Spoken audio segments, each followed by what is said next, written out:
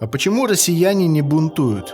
Вот во Франции постоянно забастовки, волнения, стычки с полицией. И повышение пенсионного возраста там встретили совсем не так, как в России. А в Штатах вообще Белый дом штурмовали. Уж не рабы ли россияне? Генетически, как любят повторять украинские пропагандисты, которые так гордятся свержением одного буржуазного правительства и заменой его другим. А как же тогда Великая Октябрьская революция?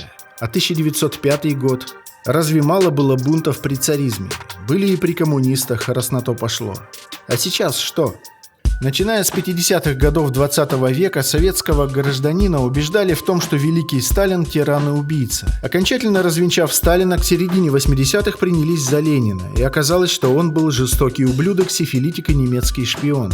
Опять. В перестройку объяснили, что Советский Союз, на построение, сохранение, развитие и защиту которого было потрачено столько времени, сил, крови и пота, своих и чужих. Это изначально нежизнеспособное образование, утопия, противная человеческой природе, Богу и всему мироустройству. Коммунистическая партия оказалась сборищем недоумков, кровопийц и стяжателей. Герои-коммунисты, именами которых названы города и улицы, оказались убийцами, террористами и экстремистами. КГБ, передовой отряд партии, оказался комитетом предателей, существующим ради собственной выгоды. Рассказавшие нам обо всем этом демократы, вчерашние партработники, оказались обычными делягами, которые, прикрывшись ОМОНовскими щитами, до сих пор растаскивают народное достояние по карманам. Советские певцы, режиссеры, художники и прочие деятели культуры вдруг оказались пошляками и моральными уродами, готовыми настолько смачно плевать в собственное прошлое, насколько вкусной оказалась задница новых хозяев жизни. Особенно колоритно все это смотрелось на фоне обнищания населения. Рядовой советский человек вступил в 90-е с громадным комплексом неполноценности. Мы идиоты, мы все делали неправильно, пока весь мир развивал честный животворящий бизнес. Расстрел парламента в 93-м показал, что и с новой Россией, с которой связывали столько надежд, что-то не так. Война в Чечне подтвердила худшие опасения. Вечно пьяный президент и его откровения в Сенате США опасения укрепили. Дефолты усилили. Культ Великой Победы возник при Путине. Сегодня об этом не вспоминают, но в начале 90-х довольно активно пытались уничтожить и эту скрепу. И Резун был вовсе не единственным, кто доказывал, что никакой разницы между СССР и нацистской Германией не было. Просто один из тиранов ударил первым. Уничтожить память о победе не удалось, и тогда ее просто присвоили и приписали себе. И таким образом уничтожили. Попы, получившие много преференций от власти за последние 35 лет, оказались лицемерными лжецами, циничными блудодеями и откровенными корыстолюбцами.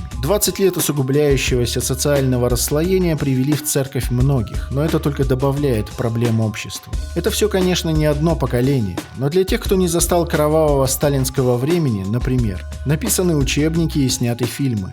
Но и здесь засада.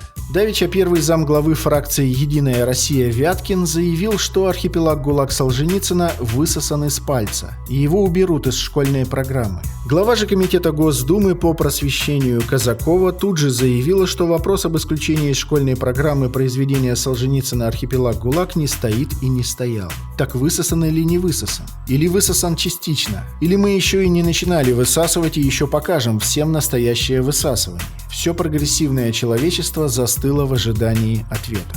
Герои-космонавты за переписывание Конституции, повышение пенсионного возраста по щелчку пальцев, дворцы в Геленджиках и миллиарды за рубежом, украинцы, которые гордятся тем, что терпят не в России, а на Украине, война, чтобы закончить войну, насаждение чуждой культуры и борьба с насаждением чуждой культуры тех, кто насаждал чуждую культуру, дети с желтыми уточками, сумасшедшие с надувными ракетами, брат 2 в башке вместо Тихого Дона, зэки на фронте вместо обещанной профессиональной армии, насаждение индивидуализма, откровенное высмеивание коллективизма, долгосрочное кадило в Институте Академии наук, руководители государства, один смешнее и циничнее другого.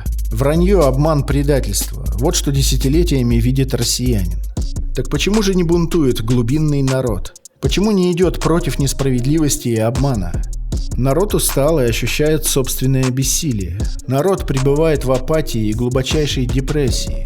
Народ никому не верит. Вообще. Абсолютно все, во что пытались верить за последние 100 лет, оказалось обманом, и предложить российскому обществу объединяющую идею сегодня не способен никто. Так за что бунтовать? Ради чего? Чтобы снова оказаться обманутым? Проще поверить телевизору и спокойно жить дальше. Россияне – это люди после идеологической ампутации.